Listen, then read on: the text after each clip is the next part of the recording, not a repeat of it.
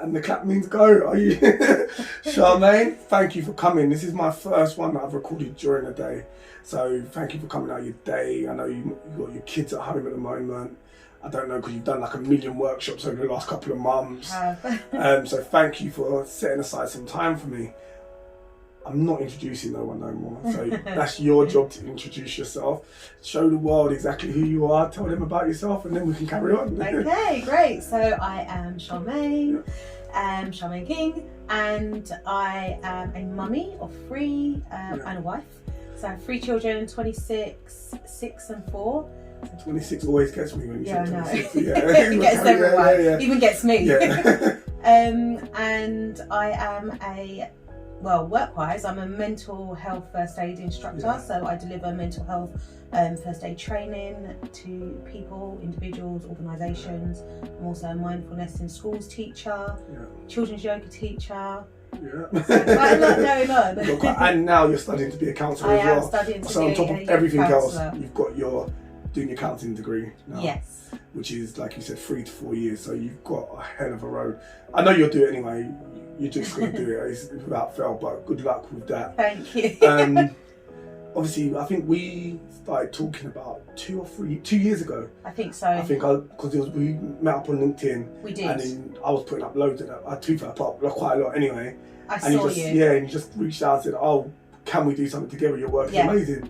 We still haven't done anything. We haven't, but we've been. We've been liaising, we've been working. So Croydon will be saved eventually. Once me and Charmaine and the rest of the network get together and finally get something put in place, I think Croydon, you will be saved. Definitely. But since then, obviously, you allowed me to come onto your mental health first aid course, and we're not here to talk about the course. I'm here to talk about your personal experiences that you were brought up during the course, which made the course so much more engaging. So if anybody wants to do a first aid course, Charmaine's the one to go to. She makes it so much more engaging and real that you actually have an understanding. I haven't done it with anyone else, so they could be exactly the same. But no, they're not. They're not the same, but you're very good. So anybody that wants to, but the experiences that you highlighted during that, your personal experiences that you were happy to talk about, which I'm hoping you're happy to talk about here, was like outstanding. What you've come through, where you've been, and what you're still dealing with, not just from yourself but in your family. Yeah, I found it outstanding. So I thought definitely once I've opened up to women, which is November, please just come on. And you did. You're here today. I'm here. And on time. Yes. Yeah, and on time, perfect timing. So if we're starting off with like your childhood, like how you grew up, what school you went to, let's start. Yeah, so I'm a Croydon girl, born, raised in Croydon. I haven't left Croydon. Croydon has my heart. What school did you go to? I started off at Shirley High for secondary school, and then ended up at Lanfranc. Did you get expelled from the school? Or? No, I left the school. You left the school, okay. Due to actually, if we're going to go through that kind of stuff, due to bullying. Okay, yeah. So I was quite popular at school. Had a really good group of friends, and you know how it is, girls being girls, something went wrong over a boy, and the whole of the year group, pretty much all my friends turned on you. Yeah, just a boy liked me and they didn't like it, and so was any of them, well, one of them girls being girls probably fancied the guy in question? He was with somebody in the year above. So yeah, he was together with somebody in the year above, but rumours was out that he liked me. And that's kind of how it happened, really, but it just spiralled. What year in school was you when that happened? Oh gosh, so young. I was in the 2nd year, so we're talking like year 8. Oh wow, so this is at the start of school still. This isn't like your big football, Yeah, year 9, I think. You're year 8, you're 12. I think I was like 13, going into year 9. Was there any altercations after leaving that school? Because obviously you haven't moved. You just... No, I mean, it was girls' stuff. So what happened was they stopped talking to me, which felt like the end of the world to me, if I'm honest.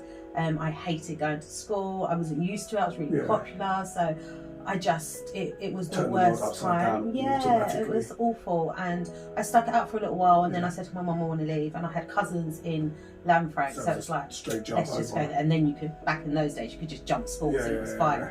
And that's what I did, really. And when they found out that I was leaving, everyone started talking to me, and it's like, oh no, don't go, why are you going? But by then I'd made the decisions, I was going. So obviously we're about the same age. So back then we didn't have mobile phones in it. No. So can you imagine if something like that happened now? Because there would be no getting away with it like that, would there? Because part of the mental health course was obviously mobile phones and bullying and cyberbullying. Cyberbullying. Like, they wouldn't be able to get away from that. Like then it was almost easy. I'm going to go to a school 2 miles down the road. So have you spoke to anybody, or have you ever thought about, you know what, if my children get bullied now, it's not as easy as that anymore? It's not as easy, and we're seeing the statistics increasing for cyberbullying. It's so easy nowadays because it's what the young people have available to them. So I'm not, saying that physical bullying isn't there anymore, but cyberbullying is massive. You can't get away from it. You can't. It's on your phone. You have your phone with you 24 hours a day. It's not as easy as just saying to them, well, don't look at their phone. Or don't turn it on, or delete your account. It's not that simple because you're young and you want to know. I mean, even adults, you want to know if people are talking about you and what they're saying. Do you know, for me, the biggest thing is I'm getting over that, because I used to just say, why do you want social media? But it is integral to life now. It is. It is part of it. So every kid wants a phone. My daughter, I think, how old is Mimi? Mimi's 6 going on 7. She's got a tablet. She got a TikTok. It's on private, but because if you don't give it to her now, she's not going to be educated enough by the time she gets to a reasonable age. So she has to understand it. But then the more she understands it, the more you're in tune in it. Like, how do you teach children to put it down? Or is it us that needs to teach? Well, it is us that needs to teach, but how do we teach them that? It's really difficult because times are changing and technology is, that's what it's all about. And I thought I was pretty clued up on technology. But I'm not as clued up as I thought I was, because this generation now, the apps and it's changing every 10 minutes now. It really is. So I think for parents, it's really important that we educate ourselves and we do get clued up on it and we do understand. Even if it's on a very basic level, we need to understand what our children have access to, and not just assuming that it's basic stuff that we used to have, because actually it's very advanced now. Teaching them how to put it down, it's just about really managing times. It's easier when they're younger, when they hit teenage years, trying to have that kind of, So how do you manage it at home? At home with technology, so we have a no screen time Monday to Thursday in our house. Really? Yeah. So no do TV. you do that? What? Yeah. Really? No screen time Monday to Thursday? No TV. Oh my days. No tablets. Does mummy do that? No. I try, but to be honest, the whole of my work is online. Are you waiting for the rebellion to start? It's going to start, but the reason I have this is because I realised that actually I was using tablets more as like a babysitter. Like going or watch TV, mummy's just doing something. And it was giving me an excuse really to be able to, or it was easier for me to be able to pass them onto a tablet or a phone or a TV or something. It doesn't work for everyone, but for me that's what was happening. So I decided actually what we're going to do is we're not going to have any screen time Monday to Thursday. It forces me to have to be present as well, which is what I want to do. I want to be present. But it's easy to, if they've got a distraction, for me to just quickly get involved with something. What I liked about what he said, it wasn't so much about the children, it was more about your presence rather than theirs. So yes, I can make them go and play computer, but as I know, and probably every parent out there knows, is children want your time. Yes. Like, you're giving them a tablet that's second best to you every single time. Yeah. My daughter wants me to watch her watch things. So it's always the adults present first, then the tablet second. So you've kind of taken away the whole thing of the tablet and said, this is our time. How does your husband deal with that? Because I don't know if I could deal with that. He's actually home quite early as well during the day, so he gets in around 2:00 most days. So what, before you? No, because I'm work from home, so I work for myself. So you can't even sneak TV on or something like that. We, as soon as the kids have gone to bed, don't get me wrong, 7:00 hits. TVs are on now for us. Yeah. But it's been great. I mean, don't get me wrong, lockdown threw that all out of sync completely. But we did it for a whole year. No screen time from January to January. I decided last year January, that's when it was. And it's lasted January to January. Lockdown happened, and now we're getting back into the routine of no screen times again. But it's been great in that we play family games, we do puzzles, the children have their paintings out. We play Monopoly. I mean, we're very competitive on our house. We play Monopoly. My little 6-year-old boy is. We start playing Monopoly, but I get bored of cheats, and I'm not saying no names in the but there's some cheaters in this house. And so cheating's one thing, like I'm not playing. It just takes so long. That's a day's worth of Monopoly. Literally, man. We will be like 5-6 hours. So our Monopoly, we never play it during the week. We are Saturday. So you've got the whole day to. Because it's like have breaks, come back to it, have breaks, come back. It can last the whole day, 6 and 4. And they're on the Monopoly like that. Yeah, my 6-year-old or dominoes. My boy is very competitive. Yeah. And something that I thought dominoes was like a kid's game, just match numbers up. Oh. But no, it's a competitive game, isn't it? What's the other one? Ludie. Yeah. Ludie can get into fights, and I'm seeing people shouting at each other. Like I just thought Ludie's essentially Ludo, isn't it? Yeah, it is. And it's like you're not getting aggressive over a kid's game. Like, no, and it's deep. It's deep. So we play a lot of ball games. But what that does as well, when the children come home from school, they have homework to do. So it kind of frees up their time to be able to do that, and then by the time they've done their homework, we may do like an activity together, and then it's pretty much dinner, bath and bed. So it doesn't take up too much of my time. Do you have this all planned?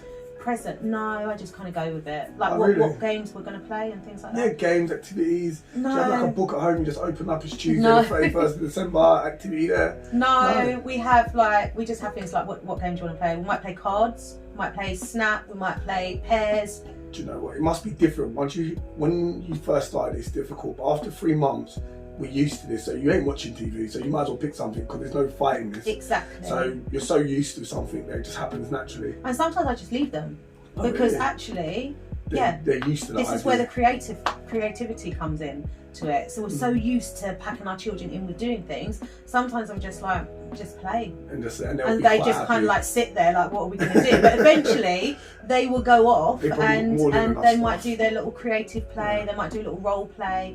I mean, we live in a tiny flat, but we play like Marco Polos. We've got the blindfold on, walking around trying to play Marco Polo. So Okay, so you probably has it always been like that in the house?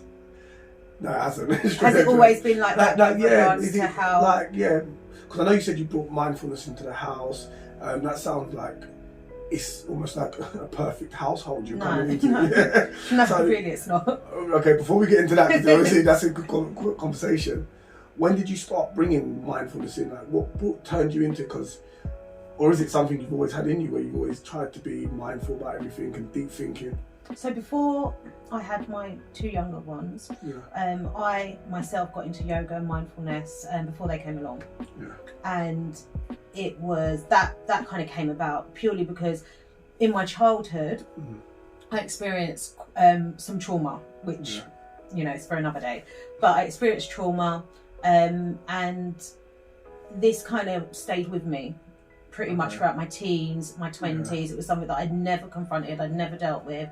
And it was around about 30s that I started looking at ways that I need to actually manage this and work through this. And this is where mindfulness came into it, because I had to find a better way of dealing with my emotions around that and a better way of managing that, because it was taking over me, really. So I brought it into my life. And then when I had my children, it naturally evolved into their lives as well, because it's part of my life. Does your husband take it on fully? No. I do. Not in the slightest. Not at all. So how would you describe him then? If you're mindful and everything like that, would you said chalk and cheese before, so what would the cheese look like? He's not against. I mean, I don't sit there and do like mindfulness and meditation and he's just like, oh my gosh, what are you doing? But he just doesn't take it on himself, and I appreciate that everyone's has their own journey, and I'm hopeful that he will join in, or he's hopeful you go back to his... that's not going to happen, but it will come in. It's made me a better person, and we're always learning and growing, and there's still so much more development that I have to do personally, but this is the start, and this is where so you're starting with yourself, now your children, and hopefully one day bring it in. So is there any mindfulness techniques that you get him to go through? Like, obviously every couple argues and have their ups and downs. Is it like me trying on my growth? There's certain things like with communication techniques that I tried to use, but obviously when you're stuck in your old ways, you can shut down very easily. So if you're on that journey, is there times where you're trying to have a conversation and it's a bit heated? and it's like he shuts down because he's not so open to the conversation as yourself. We're both quite fiery. Oh, you both had an argument. So yeah, in that situation, the mindfulness is still in progress. Let's just so you're still learning. Yeah, we're still learning with that one. So it doesn't shut down; it heats up, right? Yeah, no, but again, I think we've been together for so many years now. We both. It only goes so far before one of us says, like, okay, this is stupid. Let's just ease that up. And how long have you been together for? 18 years now. Oh, so that's 2, 3, 4, married? 5, 6. Actually, no, I'm lying. 19 years. 19 years. Married? Married. Everything. We've been married since 2012. So what's that, 8 years? Yes, so we was together 10 years and then got married, then had the 2 little children. Oh, I was together for 10 years before.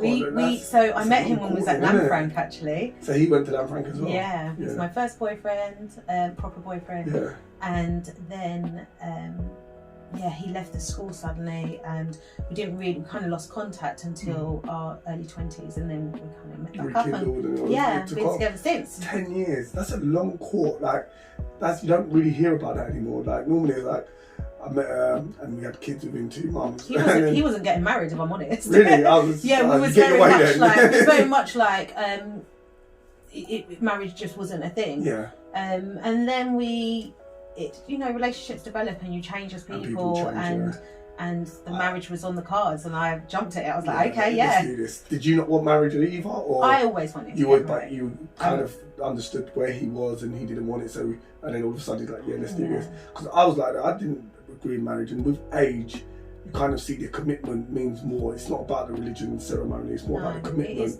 and the foundations for your kids, whether your kids are here or not. At the point you get married, the foundation is there for the kids to see, our mummy and daddy, they committed to each other and they're there for us regardless. And I think that's a beautiful thing. I'm glad you come around to it as well. So did he ask you to marry him? He did. Surprise? Or?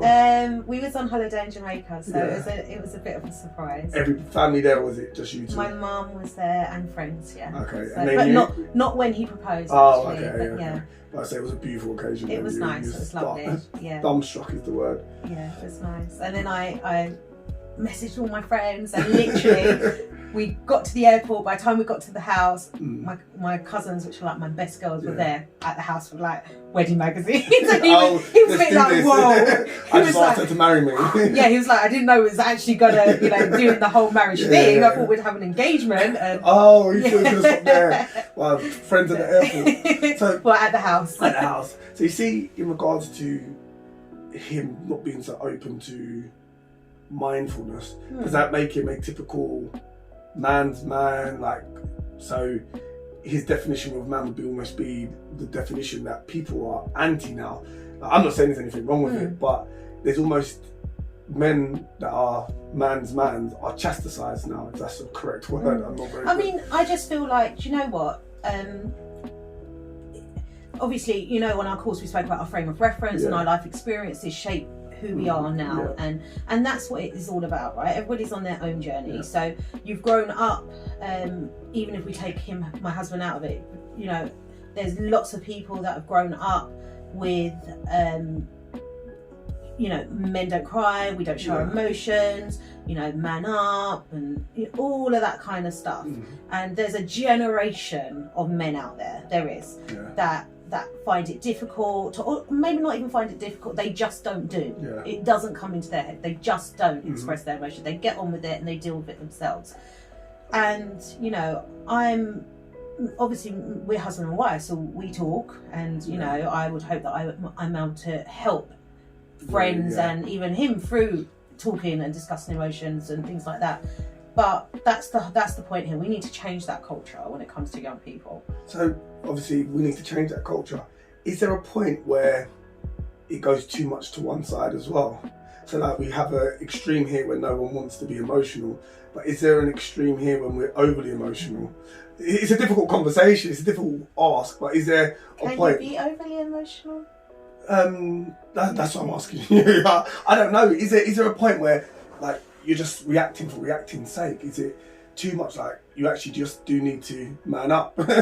Like you need, because So somebody asked me the other day, I have a 6-year-old and a 4-year-old, so my 6-year-old boy and my 4-year-old daughter, and do I treat them differently when it comes to emotions? I got into a disagreement with somebody about and this I the other day. I don't feel like I do treat them differently at all, in any way, shape or form. That I don't. I would hope I don't. They might say different, but I do feel there is a difference in the way you bring them up. I can't always tell you how it is, but I feel like there is a slight difference. Emotionally, if anyone's hurt, they're hurt. And it could be an age thing where they're not twins. So there's 2 different age ranges, but I feel I do. I can't tell you how, but Trey, you come and play football. I'll ask my daughters if they want to come play football, but I kind of know what the answer's going to be, so he's coming to play football. So is it a character thing that I'm treating differently, or is it because they're different genders? Maybe, but I think children find their own interests. So in my house, my 4-year-old girl is more sporty than my boy is. So if it's like, who wants to play catch, who wants to play ball, she'd be the one like, me, I want to. My little boy is just like, no like he's not interested at all. So I think you kind of find your children's interests, or that's the hope, and then you work with that regardless of what it is. When it comes to emotions, I don't feel that we need to be treated any differently, because a person is a person, an adult is an adult, and I would never say to my 6-year-old boy who's crying, stop crying, what are you crying for, don't be a girl, boys don't cry, but then say to my 4-year-old girl who's crying, oh, come here, it's okay, come give mummy a cuddle. That would be completely but it happens. But then would it be, again, knowing your child as well, like, I'm not saying to tell them don't be a girl, I think that's wrong, because you're not trying to tell, like, differentiate like that. But if you know your child cries for crying's sake, would you then say, you wouldn't be horrible about it? Again, this is knowing your child more than anything else. You need to stop crying, like, you're crying too much, you need to get over this. And that's what I say, I think it's words. Overly emotional. It's the words that we use, isn't it? So my daughter, my boy, you could just be crying just because you're tired, just for no reason sometimes. They just cry, don't they? And it's just like, oh my God, why are you crying now? But literally, but, you know, I think it's the words that we use, like, not stop crying, the irritability around it, but rather than, okay, is there a reason to cry? Are you okay? Are you hurt? Have your feelings been hurt? Why are you just, like, my daughter will then suddenly just go, I'm just tired. Okay, so we've got to the bottom of why. You brought that up in the mental health first aid course. I think that was changing, asking why, what, there was like aggressive questioning and aggressive answers and closing the door questions. Yeah, so like why questions are very difficult, because they can come across as quite aggressive, isn't it? And accusatory. Why why are you saying? Why are you crying? Why are you upset? If you're upset and somebody comes up to you and says, why are you upset? You're going to shut down. It's not, you know, you want somebody to sit with you and say, okay, I can see that you're really upset. Is there something that I can do to help you? Would you like to talk about it? And obviously, you know, I find a lot that when it comes to adults, I feel like kids get a raw deal. And I say this a lot when it comes to emotion, because the way that we sometimes treat children, we would never talk to another adult like that was upset and distressed. 100%. Even I've worked with children enough now to understand that when you work with someone else's children, sometimes you treat them completely different to how you treat. I've done it so much now and been in it so much, I don't believe there's a difference now. Obviously my child comes home with me and has me at home, but they said you wouldn't treat someone else's child like that. If you was walking down the street, you wouldn't tell them to get up and stop crying. You'd be more, oh, where's mummy and daddy? Do you want me to find them for you? Let's go and find them. Your child falls over, grab them by the arm, just keep going.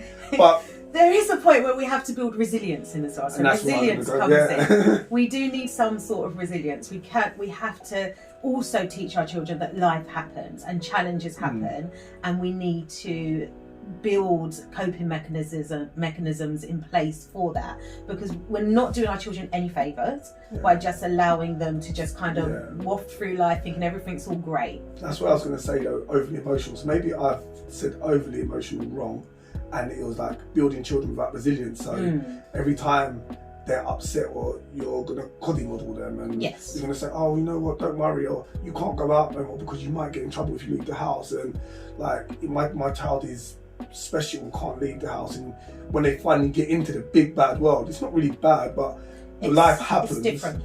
You're going to realise, you know what, people aren't all cotton wool and nice. They're actually looking to take my job. They're looking to take my food and everything that you have if you're not careful. Yeah. So not being overly emotional is wrong, but if you don't teach your child resilience, like you said, you're setting them up to fail. You are.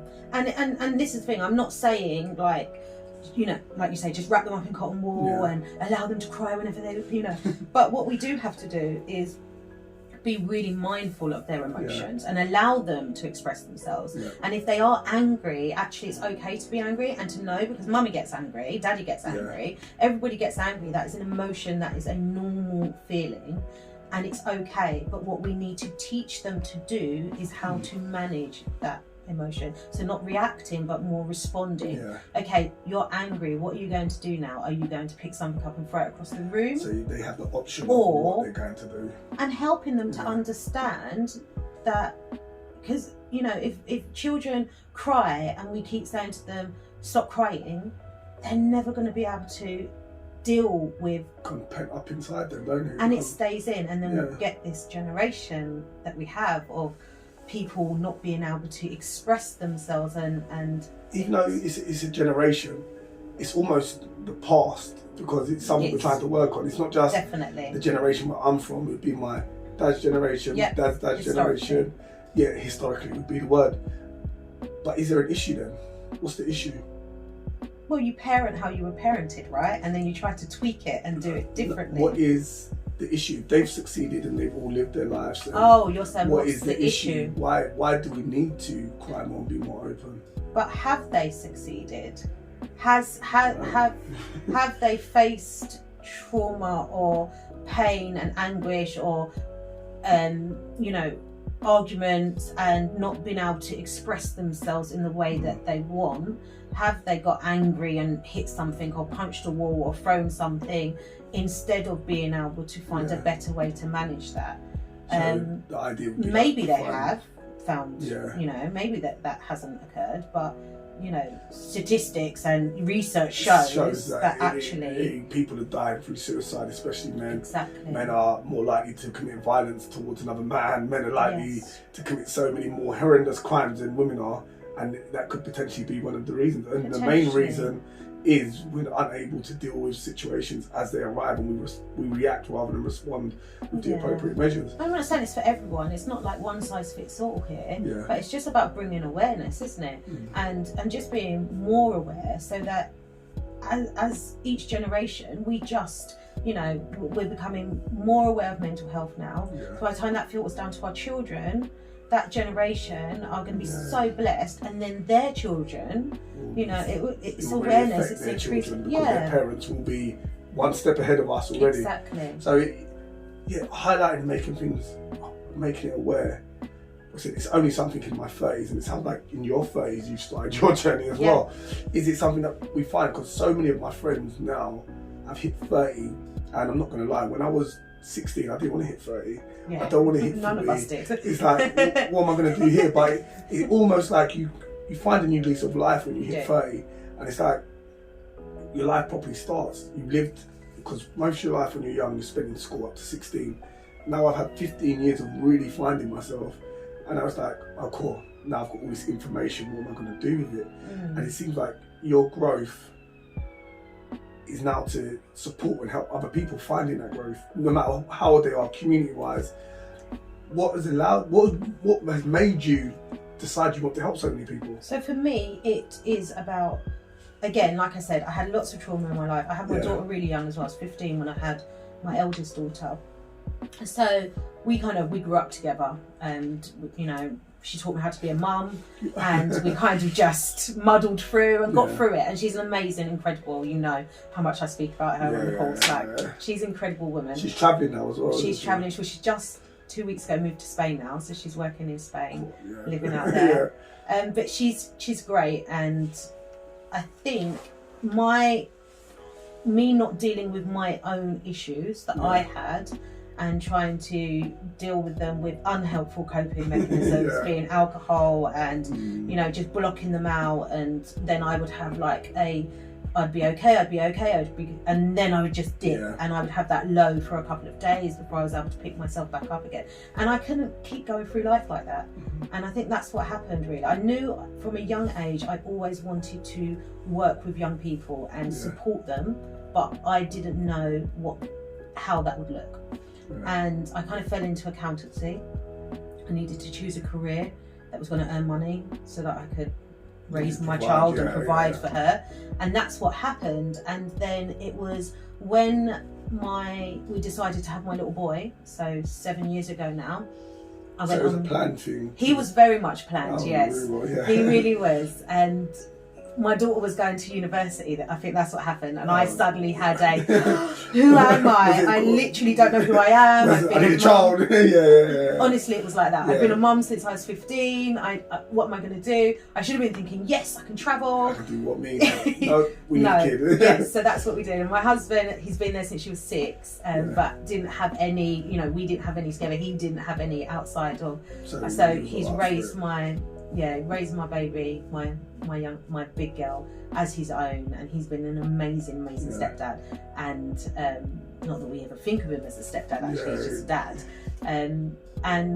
So we decided to have my little boy, and it was at that point that I thought, you know what, I need to change what I'm doing, because I need to actually do something that's going to make a difference, and I need to have a purpose for what I'm here to do. And again, have I found that purpose? I'm not sure. I'm still searching, kind of putting the feelers. Well? I don't know, because I feel like it evolves all the time. I had somebody say to me the other day, "What's your purpose?" And I was like, never wanted to be a counsellor. I don't know. You probably did want to do a degree, innit? And then all of a sudden you're doing a degree. That degree turns into a master's, or finish that course. I think it's always evolving your purpose. What are you here to do? I feel like I'm here to allow people to have a voice, because my voice was not allowed for a long time. And I think that's what it is. I want to support young people. How do you teach happiness? Because something you just said there stuck out to me about the highs and the lows. And I'm not going to say my definition of happiness until you said yours, but I think social media, unless you educate young people properly, gives you a full sense of what happiness really is. So with your children, with people that you work with, how do you kind of teach them what happiness is and what is happiness really about? Happiness is within, you can't look for it externally, and nobody can give you happiness either. You have to find that within yourself. That's what I truly believe. You can mask it and you can put the face on, and I've been that person all over social media, portraying my life like it's one big happy. I admit it, I was that person, partly for me, because I felt like I had to fake it in order to feel it. And I couldn't be, if I was real about how I was feeling, then that would actually, I couldn't deal with that. I couldn't face that. So I could fake it, and I could be like, oh, I'm at lunch with my kid. This is like my best life, and actually, when I stripped all that back and I said, no, I need to really be authentic. And I think that's it. You need to have authenticity and be true to who you are, because until that happens, happiness is not going to be there. I kind of agree with everything you said about happiness.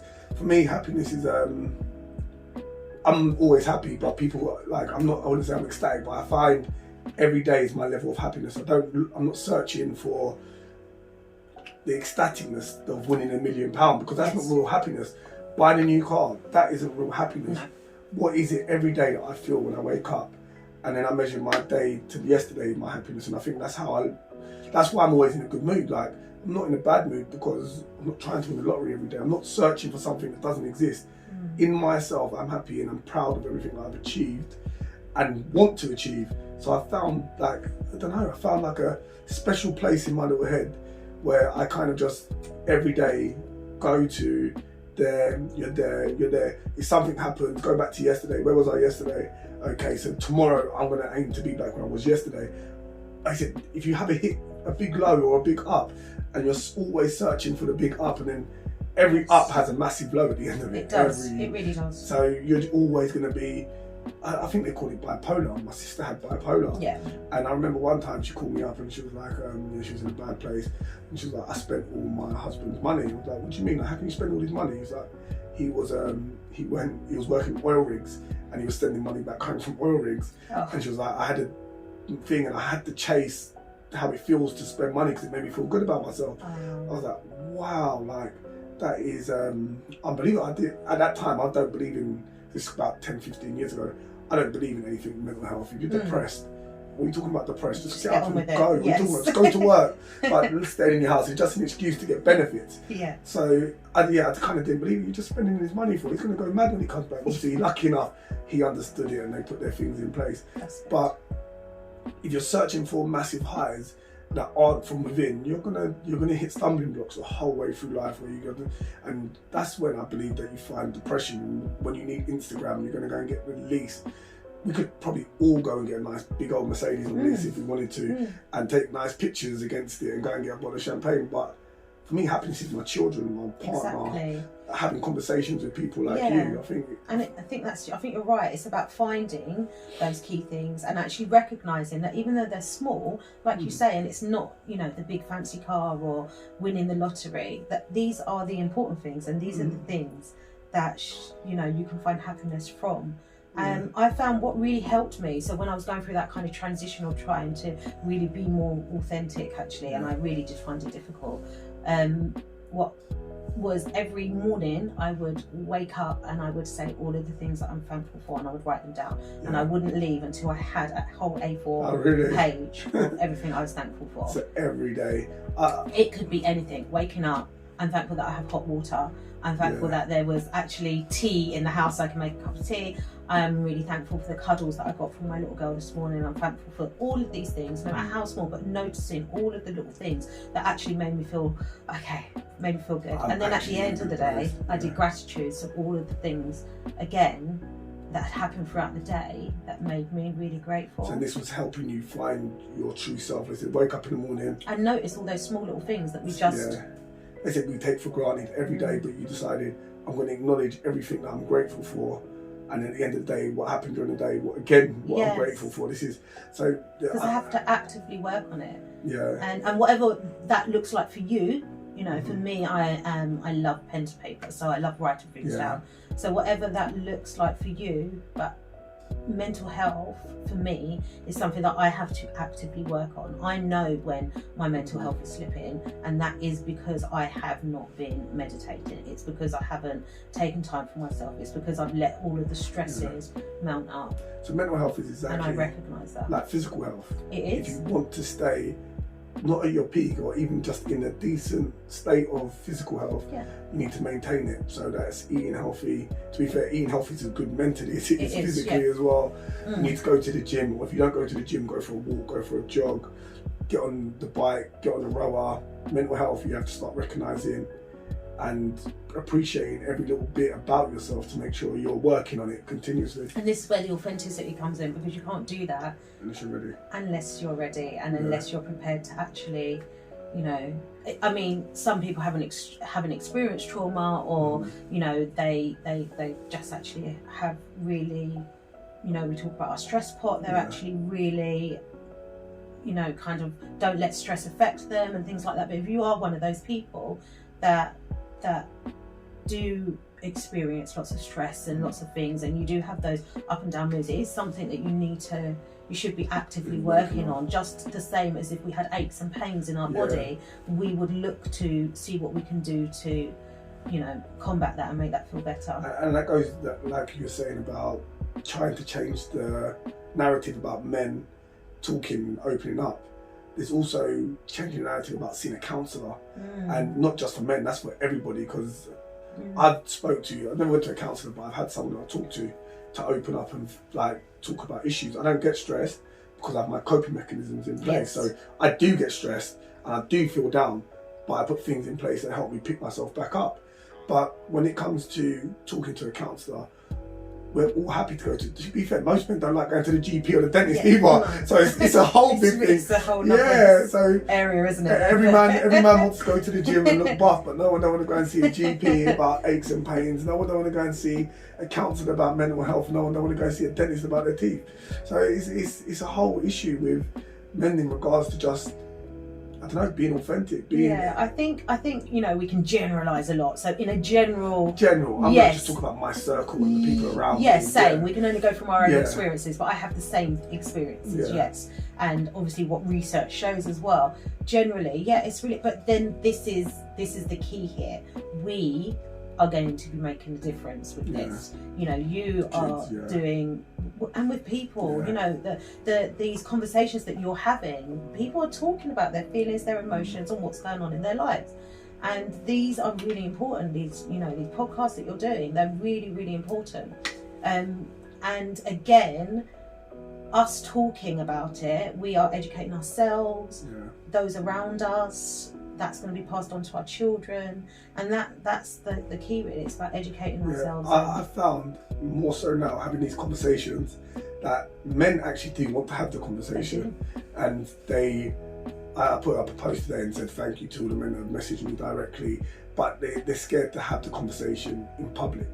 They don't, and that's why, like you said, these conversations are important to show men that people are feeling this way, couples are doing the same thing as you. You're all have our own problems, but I feel sad. It's almost like we're in a time now where I personally don't think that, I just read it, so I'm only going by what I read, where a lot of men are not only struggling, but they feel like they're being resented, like they can't open up themselves, because if you say something too much or in the wrong place, you'll be scolded, not only scolded but cancelled, and nobody will. But you felt a certain way because you were brought up a certain way, so you should feel comfortable saying that either you lack knowledge or you want to be educated.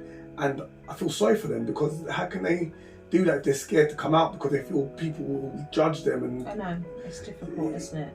It really is, and it takes courage. It really doesn't. It does take that to kind of step out with anything, doesn't it? To step outside of that box, that little comfort zone that everybody's in, and then you step over here and it's like, oh, I feel really exposed. Actually, I feel really vulnerable. But that's growth. It is. That's the only way to. You're not growing in that comfort zone. It's over here. You need to come out into the adventure zone and start experiencing some new things. Really, that is difficult. Take that jump. Take that leap of faith. If you feel like you need to grow, or you feel like you've outgrown your space, you actually do need to step outside or grow outside of it. Dip your toe in the water and start off small. Start off with just, okay, if you don't feel like you can speak to somebody but you do want to understand mental health or research, go and look on the websites, do your own kind of little researching. It will naturally, honestly, I'm a great believer in the universe, and what you put out there comes back to you. We've had discussions. 4 weeks ago I said to you, oh no, I don't do videos. There's absolutely no way. In the last 4 weeks I've done like 6 of them. You put yourself out there. Once you start doing something, the universe said you don't do videos. No, here you go. Here you go. This is how you're going to grow. And look, you said when you come in, I feel anxious. You could have said no, I'm not coming in. You could have said no to the other people you done the video, but you understand that the growth, in order for you to grow to where your potential is, or to see where you want to go, you have to do that uncomfortable things. You have to, because at the end of the day, what am I going to do? I don't like talking on camera, I don't like videos, but it's growth, right? And actually, if these opportunities are coming my way, I decided that this year would be the year that I say yes to everything. Everything that comes my way, I'm going to say yes to, no matter how much it scares me. Think of all the opportunities you would have had if coronavirus didn't. I know. I'm going to have to extend that to next year as well. Summer next year, 2021. But that's what I'm going to do. I'm just going to say yes and think about it afterwards. Okay, yes, I will do that, and then have that massive. Oh my god, what did I just say?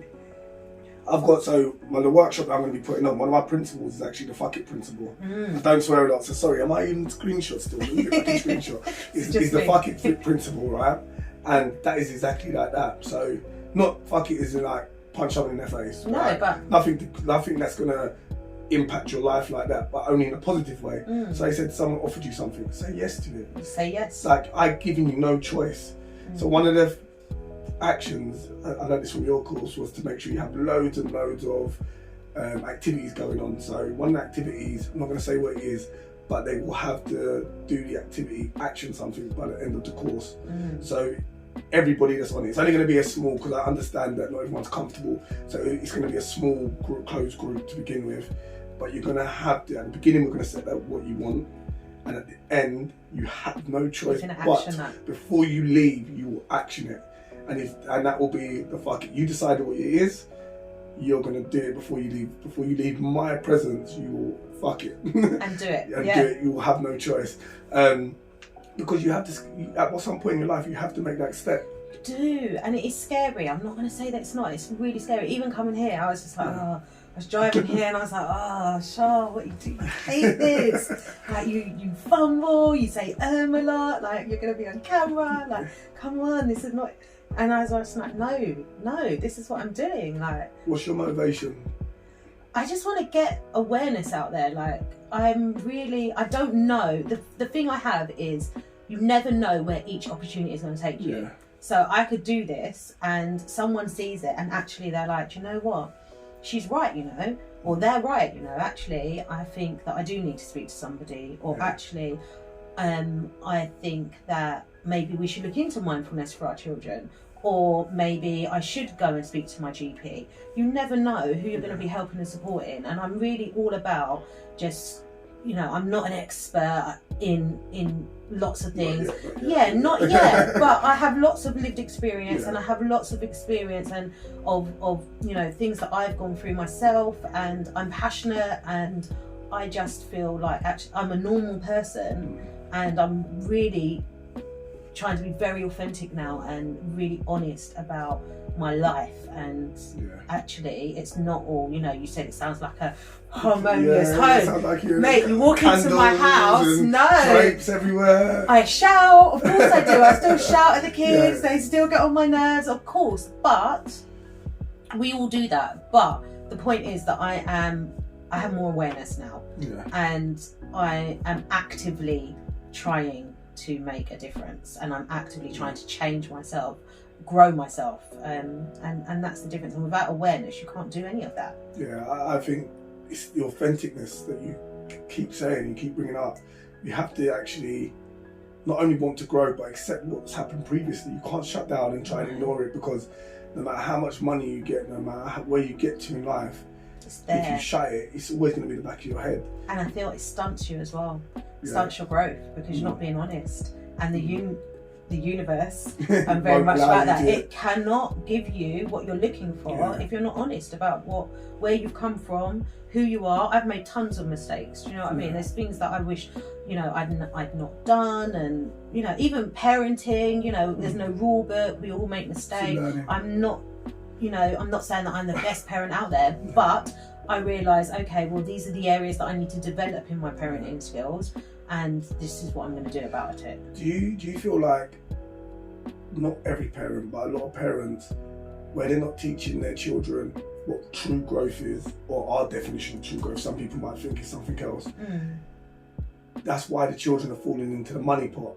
Like, their idea of growth is actually the nice car and the big house and the Louis Vuitton belt. So people think that, you know what, the only way you're going to grow is if you have money. And that's where you get caught up, and you get the people that are willing to stab somebody for what they've got, because I feel like my growth is in my belt, not my mind. And it's not until... It's really difficult, because I think, again, media doesn't help this at all, does it? And what they're exposed to. But also, whether we like it or not, money's money, right? We all need money. It's just to what extent you I don't know, how you value it yourself. So for me, yes, we need money, but I'm constantly saying money is not everything. We need it in that I need to be able to buy food, and I need to be able to pay my bills, and I need to keep a roof over our head, and all of these things. But you know, my little 4-year-old said to me the other day, "Mummy, I want to be rich when I'm older." And I was like, okay, let's explore this. What does being rich mean to you? So she's like, oh, I want to be able to go on holidays with my sister, because her sister's obviously abroad, and I want to buy nice things. And I was like, okay, and that's great that you would like to be able to do those things, but it's not the most important thing, because what's the most important thing? And she was like, love. And I was like, okay. So love is more important, family is more important, and it's trying to instill those values in, I think. I don't know, I'm concerned about the young generation that's out there, because it is quite scary actually, and I'm still not sure what the answers are to combat that. Don't you think it's crazy that we was having this conversation at the course, where the next generation coming up seem to be the most open generation, but also the most, like you said, scary generation, because you actually don't think, nobody can tell where the world's opening up. We're in a globalist world now where the world is open. Like, I can't imagine me at 16, I probably would have had the opportunities if I was open to it, travelling to Spain and travelling the world. I wanted to go and work for Pizza Hut. Move out of my house. Right? To get a job. Yeah, it was to get out. That was my idea. Go and be a Pizza Hut driver. But then that's the role models around you. So you're going to be a drug dealer and go work for Pizza Hut. No, literally. And yeah, or do both. Yeah. But I think that like I always talk about my eldest daughter's generation. She's 26. I think that I only have experience from her and her friends and what she tells me. But that generation there, it seems to be, I mean, I think they're incredible. They're so open. You know, we spoke about things on the course. We talk about like the LGBTQ community and just they seem to be so much more open to things and not as much discrimination, but it is everywhere. They're not as closed-minded. It seems that way. Obviously, I don't know every single person at that age, but just my own experiences. And I feel like that's my personal experience as well. It's like everybody's open, but then when I said about if you say something wrong, you can be cancelled really quick. We're open until you say something that's anti us.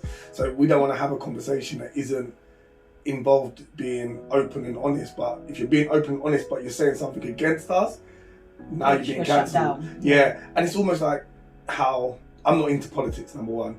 So I'm only going by what I see on YouTube occasionally, that the Conservatives run England and they're meant to be kind of like the closed house thing, but everyone thought Labour was going to win because we're in our echo chamber in London where we feel because we're open and what, but the reality is more people Conservative than Labour. In America, I don't know, this is a pre-guess, so if you get this, Donald Trump's going to win again. That's without fail. But they would have you believe that he's the racist, Nazi, this, that and the other, but are we just being sold a false narrative? I don't know, like, everyone's open, but maybe they're not as open. We're just being sold. Yeah, we're being sold this. I mean, maybe we just, the people that we are exposed to. Yeah. Because you attract what you attract, right? Yeah. And maybe the people that are in our lives and in our circles because we are becoming more open and we are on that growth journey, that journey of growth, that that's what we're attracting into our lives as well. Because I'm a great believer in that. Like what you put out there is what you get back tenfold. I really want a conversation with somebody that believes their growth is different to how we see it. So rather than being open, their growth is, nah, women should have abortions. That should be, like almost at far right, like, no, we shouldn't mix. No, we shouldn't do this. I want to have that conversation because in a sense, we both have the same outcome, which is a betterment of society, but their outcome seems to be there and our outcome's there, and that's where the left and the right comes in. But I would like to really know an in-depth conversation with someone that's open with the opposites. That's what I'm looking for next. Anybody that wants to give a racist point of view, homophobic, please come on. But I'm joking. If anyone's got a different point of view, come along. But that would be nice to see someone that believes growth is something different. Yeah, because growth it's a personal thing. It's what it means to you, right?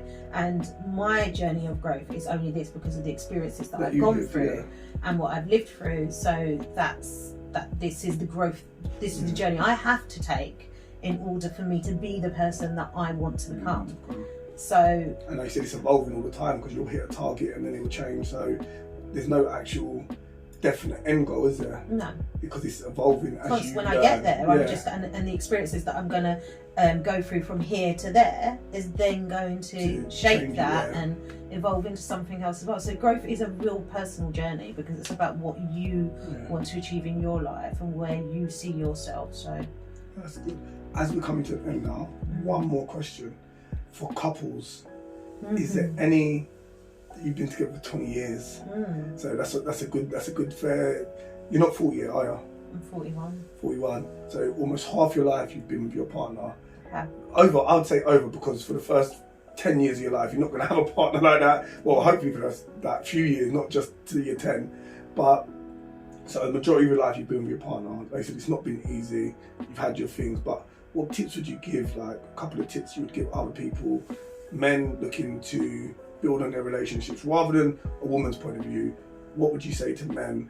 This is what you could work on to improve your relationship with your partner. I'm really lucky, I'm not going to lie. My husband loves me. Every man should love their partner. No, they should, but I can't explain to you the level of love that this man has for me. A lot. But I really think that it's just got to be that commitment. Like, we both went into it and we said, like, divorce is not an option for us. Like, when we got married, we were like, it's not an option. We are going to sort this out. It doesn't matter what it is. If I need to move out of the house or you need to move out of the house to have a break from each other, we're going to sort this out, because you are the person that I've chosen to be with for the rest of my life. And I think that's it. It's commitment. I don't feel that people have that level of commitment anymore. It's so easy to just end a relationship, and it's so easy to just say, right, it's not working, let's go get a divorce, or let's break up. Also, it really is about, you have to, people go in and they say, oh, you can't change anyone, you can't go into a relationship, and you can't. At the end of the day, you need to just accept the people for who they are, but you can compromise. There has to be compromise, because there's two individuals coming together with their own views and opinions, and there's going to be clashes. Me and my husband have been together 10 years. I thought that we knew each other, and then we had a child together. In that, okay, I thought your views on raising our children were the same as mine. How did we kind of get that wrong? But we kind of work. You have to work together. I don't know. People ask me that all the time. And I'm like, he loves me lots. I love him too. But I do believe that women love differently to men. Really? Okay, what's coming to an end, but I've got to now. I can't explain that, but whenever I speak to another woman, they go, yeah, they understand what I mean. Really? So I always say, make sure that you get that man that loves you immensely. Okay, you can't define it, but it feels like different. There's something different. And he loves me a lot. I think that they're very good things. Like I said, commitment. I'm 100%. I was having a conversation with a gentleman, and we was talking about commitment, and was talking about their relationship. And I'm not going to say what they were doing, but the conversation was like, with your training and everything you do, you're committed to that, don't you? You turn up to training on time. You do this on time. Like, So if you can do all that on time for that, why can't you commit to that person? Because that's the same sort of commitment you're putting in there. You can put commitment into your body, but you can't put commitment into your relationship. And if you can't do that, then you need to question your relationship. I agree.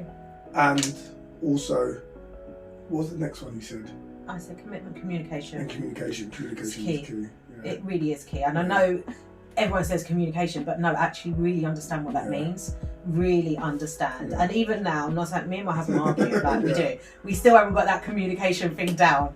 But what we do have is, we know that we're so committed to each other that it doesn't matter what goes down actually. It doesn't matter how much we argue. It doesn't matter how much, because at the end of the day, we're that committed to each other that that argument will not affect big commitment. Yeah, we are going to resolve this. It doesn't matter how big it is. We can scream, we can shout, we can slam doors, we can walk out.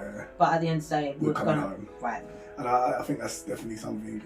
If you're not talking to your partner, and that's how the relationship is, then be happy with that, and then you come back together.